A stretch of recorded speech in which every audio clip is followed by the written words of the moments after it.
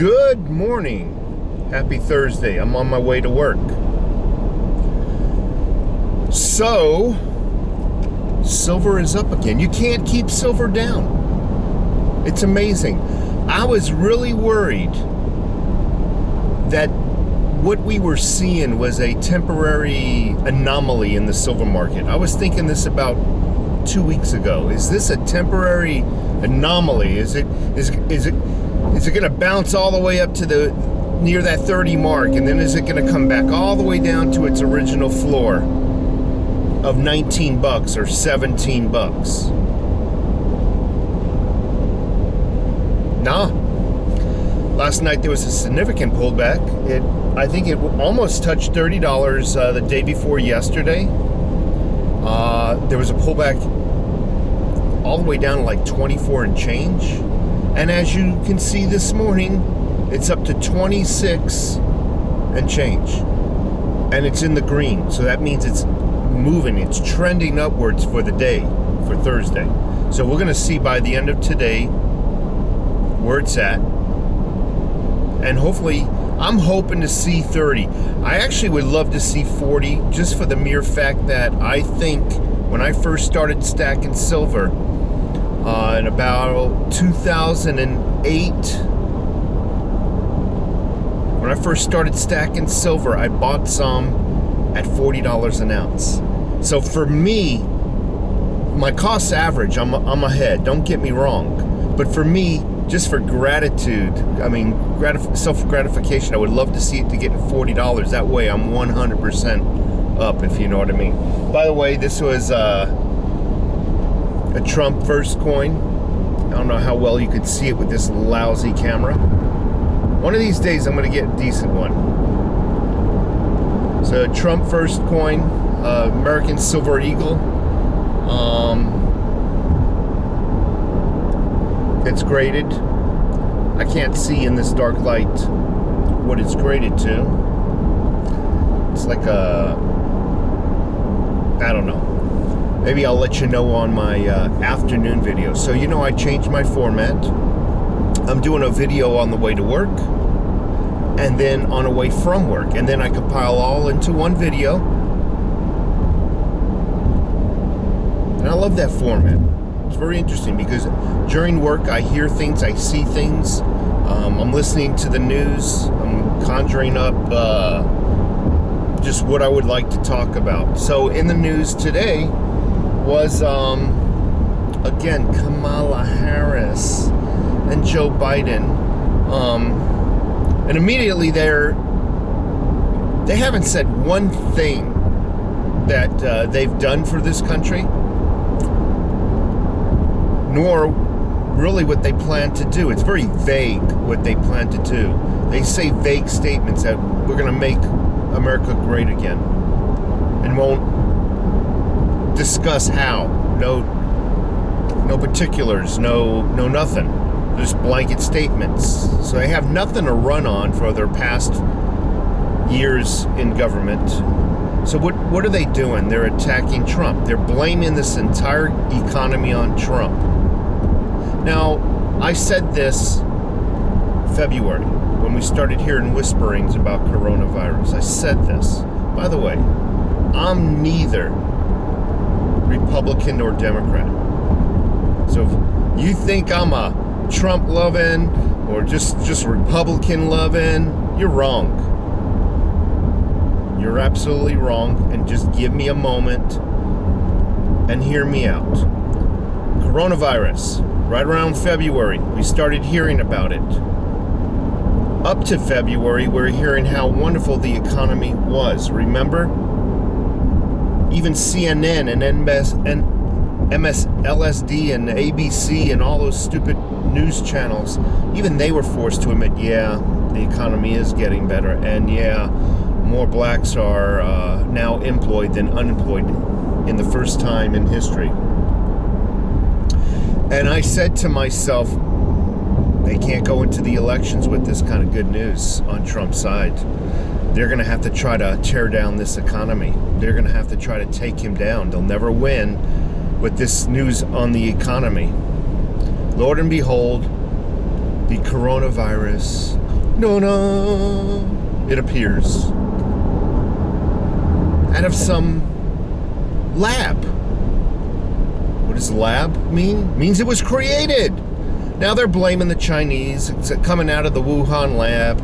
But, you know, something in the back of my mind, you know, my Spider-Man senses can't help but think, okay, it was created in a Chinese virus, but were they used as a subcontractor? Was there an American or two behind the scenes driving this development? I'm just saying. Lord and behold, the coronavirus, it's the United States shores. And we've all seen what it's done to the economy. We've all seen, you know, our fellow Americans out of a job, or you know, some of them permanently laid off, businesses permanently closed. We see it. Now what they're doing is, yeah, this is Trump's economy. Yeah, you don't want to elect a president like this. No, he's the one. This is all this destruction. Everything he's touched, not just the economy. This is what they're saying this morning. Not just the economy. Everything he's touched, he's turned to shambles.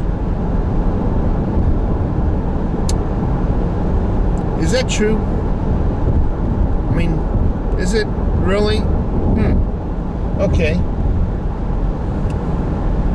So that's how the campaign is going to move forward.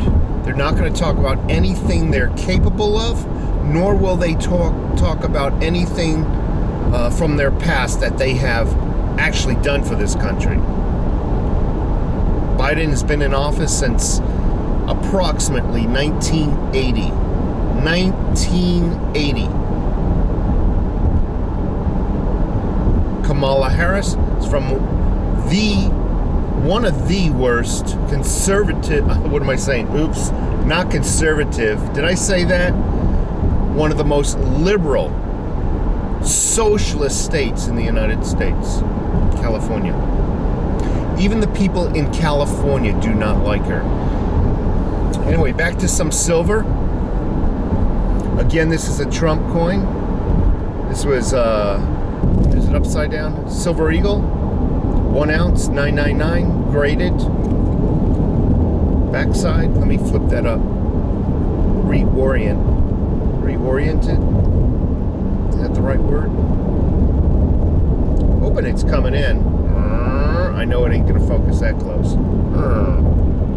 Anyway, folks, I'll talk to you this afternoon on my way home, and hopefully I'll have some more good silver news. But right now, it's looking like silver is on its way up again.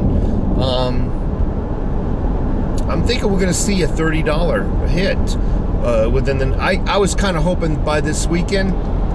I might be a little off, but I'm thinking maybe by next week we might see a $30 hit. Take care. See you this afternoon. All right. I'm on my way home. Thank you for tuning in. So I took a look at the silver markets just before I left work. I noticed that silver shot up over $2 today. So it rebounded, is what I'm saying, back into the $27 range. And this is actually good news for silver, because a few weeks, maybe 3 or 4 weeks back,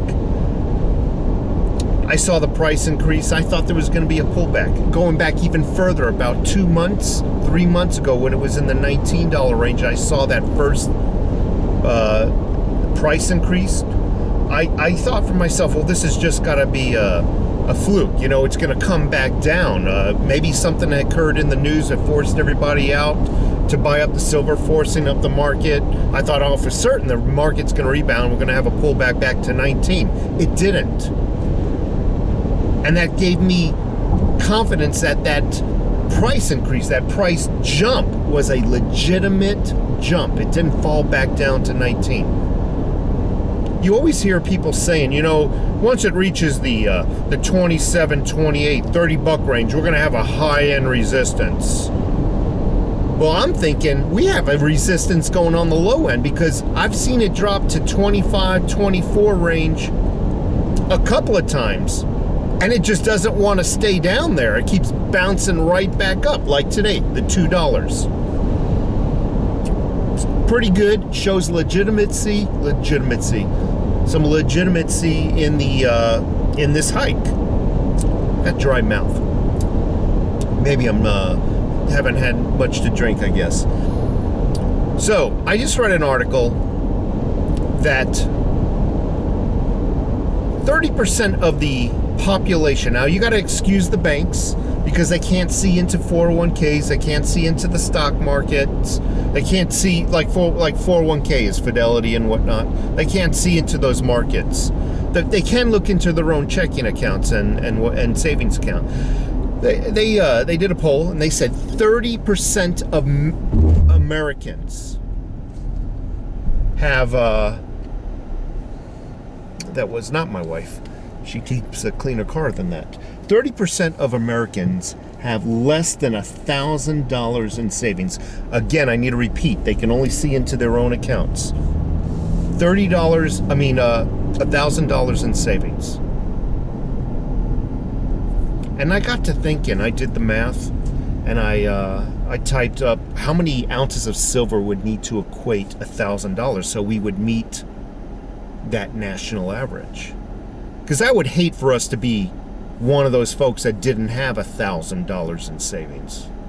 And I came up with a number, 38 Silver Eagles as of today's price would come up to that $1,000. It actually came up to $1,026, but just for mathematics, we'll say it's equivalent to $1,000. What I'm saying is, if you have 38 Silver Eagles, you have $1,000 in legitimate savings. What do I mean by legitimate savings?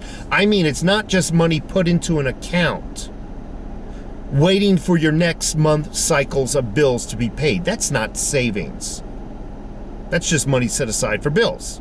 Savings is money that you do not need and is being put away for the future. 38 Silver Eagles. Now, backtrack that to when it was $19. In order to meet that national average, you would have needed somewhere in the proximity, we'll just say proximity because I can't do the math, I'm driving. You would need I would say you would have needed about 45, 46 Silver Eagles to meet that national average. What am I saying here? I'm saying the higher silver goes, the better your savings account is. It's come down from about 46 Silver Eagles to meet that national average of $1,000 in savings to about 38. And that value of silver is gonna keep climbing. And someday you're gonna look at 5 coins and say, oh, this meets the national average. We as silver stackers have better savings accounts. You have more in savings, is what I'm trying to tell you, than people who save up fiat cash. They brag to themselves, oh yeah, I got this much fiat cash in the bank account. And every day, the value of that cash, the purchasing power, what it is able to go out and buy, is less and less and less. And our silver is more and more and more. I remember back when silver was $19. It was just a couple of months ago. And I remembered when it jumped to 25, 27. Let me ask you a question, and even ask your mom and dad, because they even go back even further with their savings account, a different generation. You ask them if they ever in their lifetime put $19 in their account, and in a matter of 5 to 8 weeks, it's turned into $27. I bet you they tell you no. They always laugh at us folks for stacking silver. Oh, it's just a coin collection. That's just a coin collection. You can't do nothing with silver. You can't use it. You can't eat it. All these bullcrap slogans that they come up with. And for us folks who have been fortunate enough and diligent enough to have hundreds of ounces, some of you folks might even have thousands. Oh my God, we have savings accounts, folks. We definitely do. Anyway, keep stacking silver. I think the days of seeing silver, now I'm not a financial advisor, and I don't claim to know it all, and I don't claim to know the ins and outs of the markets and then all the line graphs and charts, and come on, I'm just an average Joe, but I believe our days of seeing silver in the teens might be behind us.